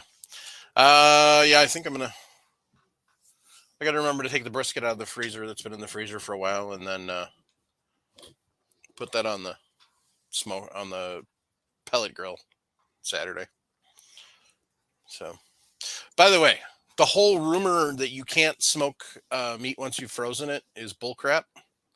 The key is to properly defrost it. Mm-hmm. and then properly prepare it. I didn't know that was a rumor. Oh yeah, it's a huge thing. You can't smoke frozen meat once it's been frozen. Yeah, a lot of people say that. Oh no, you can only get it fresh cut. Put it right in the refrigerator and then do it that way. But, right. I broke that rule for a lot of years. Yeah, exactly. Whenever we find tri-tip on sale, we stock up. It goes in the freezer, gets thawed out, and I get told to smoke it. I know I plan on doing some smoked bacon wrapped elk bites this weekend. Yeah, see, Vanessa said I smoke meats from frozen too. Yeah, a lot of people do. Yeah. So, I don't know. The wife wants me to smoke some hot dogs, so I got to get some good hot dogs because I'm not going to smoke some chicken and pork crap. I smoked brats a few weeks ago. That was pretty good, but I did learn from the lesson. Some of them down towards the one end where the chimney is got a little extra caramelized, shall we say. They were still delicious. They had I should say they had a lot of bark on them, which wasn't the goal for the brats, but you know. That's for brisket now. Come on, you know, and a pork shoulder. You know. Man. Pork shoulder I did for my mom like a week and a half ago. Oh, that was amazing. I don't know what the rub was she made, but she made some sort of rub on it. And yeah, I showed her a picture of it when it was done. And she's like, I think I want to come get it now. I said, too bad, I'm not bringing it to you. Ooh, bone-in pork shoulder on sale right now, 99 cents a pound. Yeah. Smoke it with the bone. Always. Now, all you guys are lucky because, you know, they got me on a diet now of fruits and nuts and sticks and twigs. I'm so sorry, Paul. I forgot that. Snack on a pine tree. I forgot that, and we're sitting here talking about. Well, you could smoke some nuts. Yeah. Yeah. Almonds, pecans. You know, the squirrels are beginning to surround the house now because, you know, wife goes out to go grocery shopping and she decides that, you know, you got to eat healthier. So here, you know, here's some almonds and here's some, you know, pecans and here's this and that. Now, me, I'm sitting there used to saying, pecan, that's wood to put in the smoker, okay? Right. You know, apple, that's wood to put in the smoker. Nope, I got to have apples to eat, you know, all this stuff. More fresh vegetables than I have seen in my life. Yeah, the dietitian's got me eating veggies now. I'm not eating them fresh, though. I get the frozen California blends. Yeah, well, and then I get a piece of fish tonight that's, you know, 4 inches long, and she makes artichokes to go with it. All right. No hollandaise sauce, no butter sauce, nope. She's got this vegetarian junk she put on top of it. Ugh. Give me a good steak, guys. Come on, please. I will gladly give you steak. Oh, no nuts till after Monday. I have a colonoscopy. Oh yeah, always fun. Oh yeah, so I was talking to one of my regulars at the gun library about the podcast. And then we started talking about colonoscopies because he was supposed to go get one this week. And I was talking about how I drank the prep while I was doing the podcast. He goes, "What? No way." So I brought that episode up and started showing it as I'm sitting there just draining it. He goes, "How the hell did you do that?" I said, "And I made it through the whole podcast too." He goes, "Wow."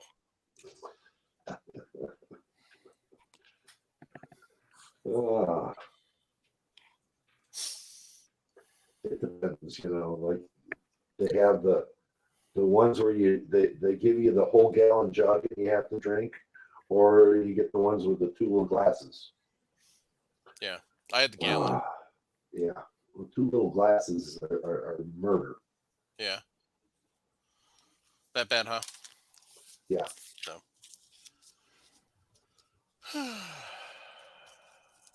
Anyhow. Oh, poor James. That really sucks. So, of course, we're up to no good. We were talking about Christmas presents, and I said I want EP Integrations 2.0 for Christmas. So that's my Christmas wish. Paul Loud, could people just opt for Taco Bell? I actually asked about that, but I was told no, it's not as effective as people think it is. It's pretty effective, but not quite. I think it's pretty effective. So, so if somebody is interested in seeing those red, white, and blue reloading blocks from EP, I think it was it Elster's had it on his yeah, Facebook page. But it was actually showed on the crikey, the thing Paul wants for Christmas. Instagram.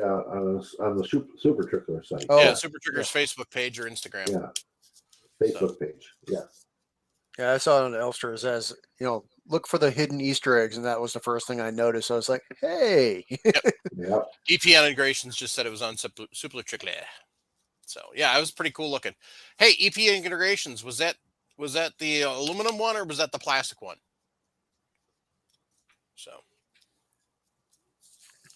while he's talking, we're waiting for him to hear about that. I'm going to talk about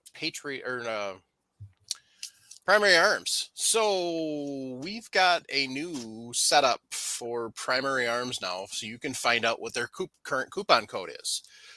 If you go to firearmsradio.net/PA, that will give you whatever the Primary Arms coupon code is currently. Right now, as of November 3rd, going through November 30th, 2022, it is still the Expo Arms Combat Series 5.56 chrome lined AR-15 barrel, and you get the free barrier stopper device with it. So Expo Arms is, I'm actually pretty impressed with their quality with that upper they sent me. Pretty accurate, pretty good, pretty quality as far as that goes, especially for the price. So. And EP Integrations answered. Chris was right. Oh my God, I didn't want to say that. Hey, that's 3 times in 4 years. Right? I know. Aluminum Cerakote, red, white, and blue. So that was awesome. So yeah, swing over, check out Primary Arms. Like I said, if you want to know what their coupon code is, the code is always FRN. And then you can see what the deal is by going to firearmsradio.net/PA. So now, talking about Patriot Patch Company. I want to thank Jake and Ryan for all the sponsorship they've given us over the years, and show you the new patches for November. Just got them today. They're hot off the press. So first, American Defense for arms, ammunitions, and gear only.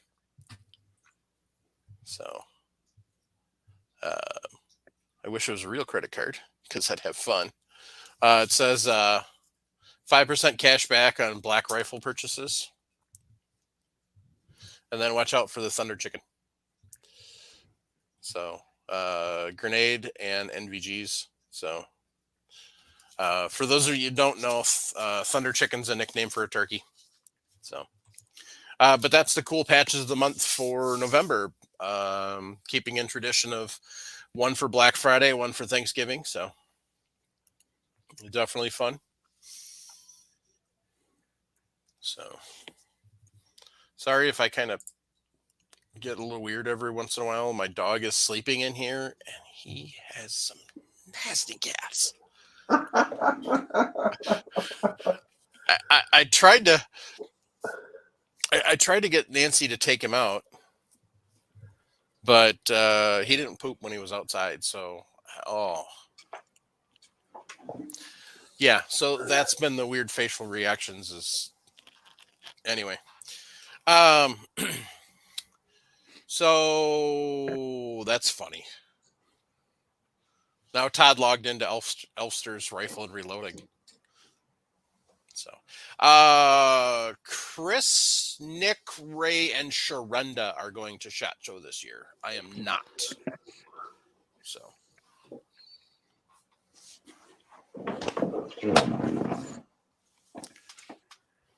I know we'll probably be coming up with some type of plan of divide and conquer so we can try to get as much content out there.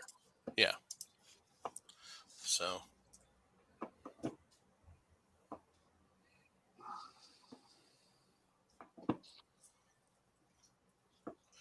Yep. So yeah, as of now, I'm not going anyway. That may change, but as of now, I am not going. I do have my badge and everything, but as of right now, I'm not planning on going. Well, I know Stacy said if you go, we're definitely going to need adult supervision.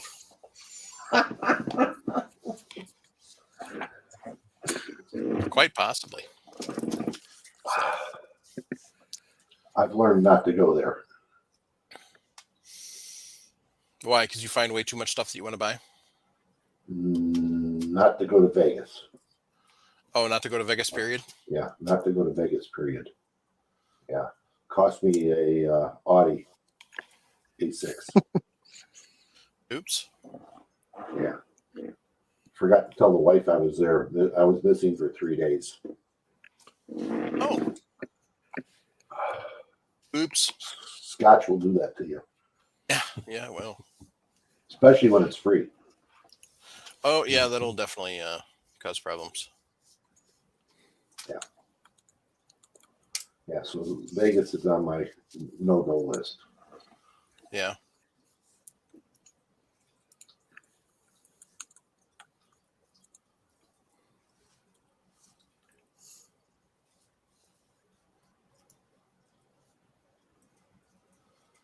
All right. So, yeah. Well, that's about it for tonight, gang.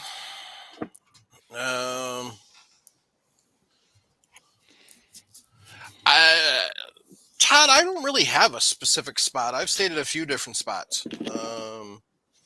I've stayed at the Motel 6 on Tropicana. I've stayed at...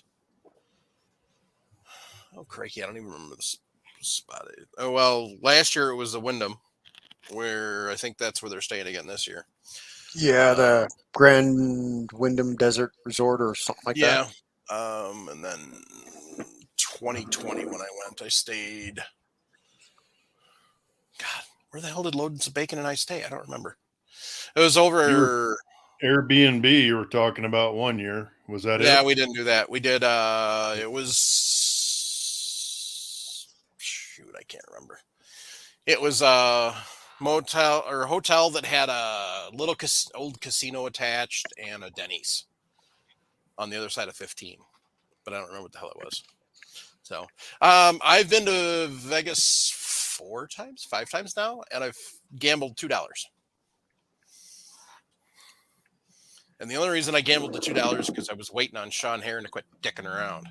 So, because he was bullcrapping with somebody or other. So, and while I was waiting for him to get done, and then I was waiting to get my drink, I spent $2. That was it. So, Vegas used to have the world champion live pigeon shoots. Okay. So there was lots of money going on there. Yep.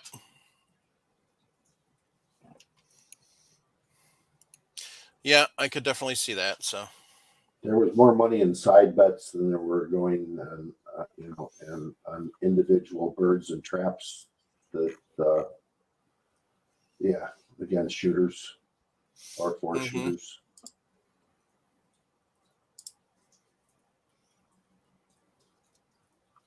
And they took credit cards while you were on the line. Ooh. Yeah. That could be dangerous. Mm-hmm. So that could get real ugly real quick. Yep. Yeah.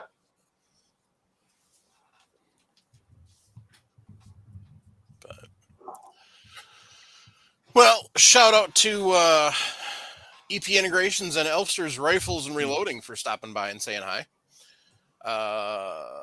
Shout out to Primary Arms and Patriot Patch Company for being sponsors. And next week, Paul's going to show us how to. What, Paul? I'm going to show you how to coat bullets with HBN2. All right. So that'll be fun. Oh, yeah. He said Todd said the last time he went, he got the SHOT Show flu. So that's why he's crazy hesitant to go again. I believe they're now calling it Shovid. Probably. Craig's got asking me here, when was that? That was in the 80s? Yeah. 1980s? So. That's when they allowed live bird shooting there? Yep.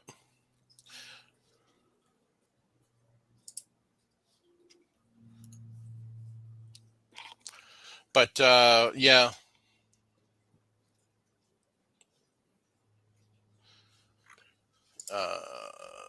Yep, I could see that definitely tampering your want to go again. Well, if you're wasted, and you got on an airplane and you flew there wasted, and you get off and you go to Caesars and you get into Caesars and you start winning some money because you're blasted. And, not paying attention. You're just playing to play. And by the time you sober up on day 3 and make the call to the wife, and she says, stay there. And you know that you're in trouble there because, when she says stay there, because divorces were cheaper there then. And then she would get, half the business and half all the other stuff. And I'd never see the kids again. So, yeah, I got on an airplane and made a telephone call. Yep. Called that. Yeah. He worked at a car dealership and had the Audi delivered, and by the time I got home. There you go. I just want to thank EP for stopping by, because now it did remind me I'm putting my order in right now for my 2 reloading blocks. Thanks. More money. There you go. Sucker. Well, I've been meaning to, and it's just like, oh, yeah. And I was like, what the hell? I'll do it. Yeah. Stop putting it off.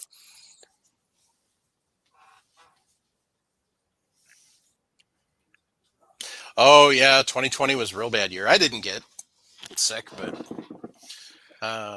yeah, 2020 was a real bad year. I think honestly, COVID was already going around at that point in time. Oh, it was. So it was. Yeah. So a lot of people that got the SHOT Show crud that year actually probably got COVID.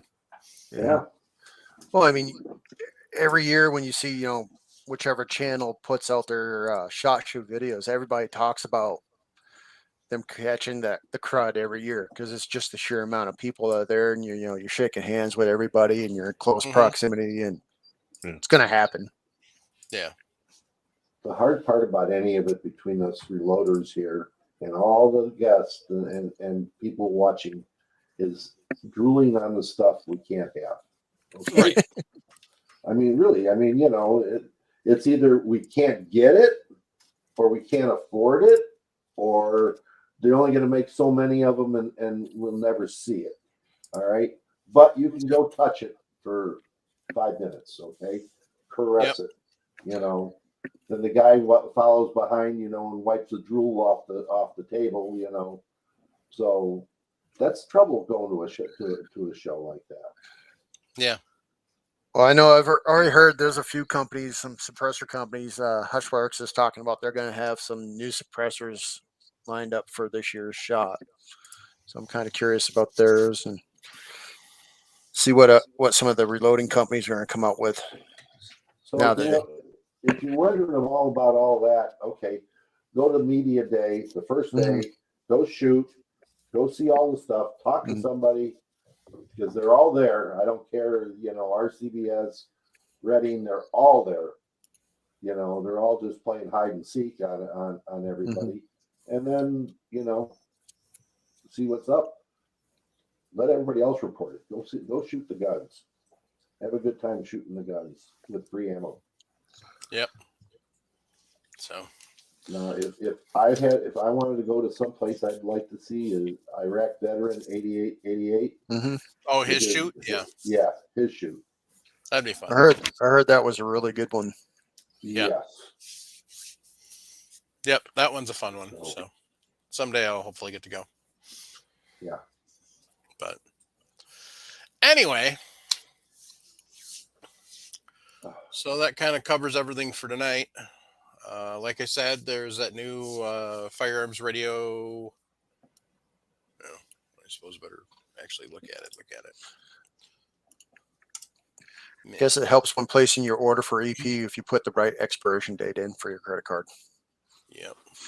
Firearmsradio.net/PA is where you want to go. That gives you whatever the current coupon code is for primary arms for FRN.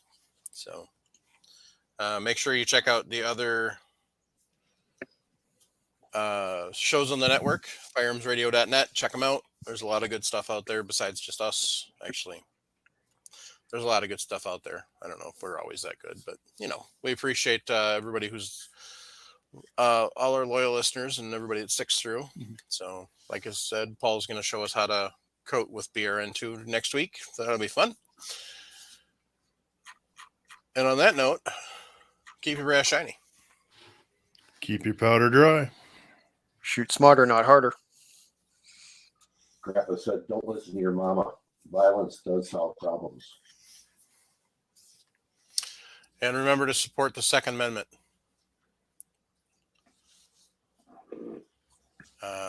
Join a Second Amendment advocacy group. Just make sure you're getting out also and voting. That's huge and important. So, This time. Yep. If you're struggling, 988 or 1-800-273-8255. Make sure you reach out. Get a hold of the professionals. They can get you help that you need. We want you here. We need you here. Thanks. And good night.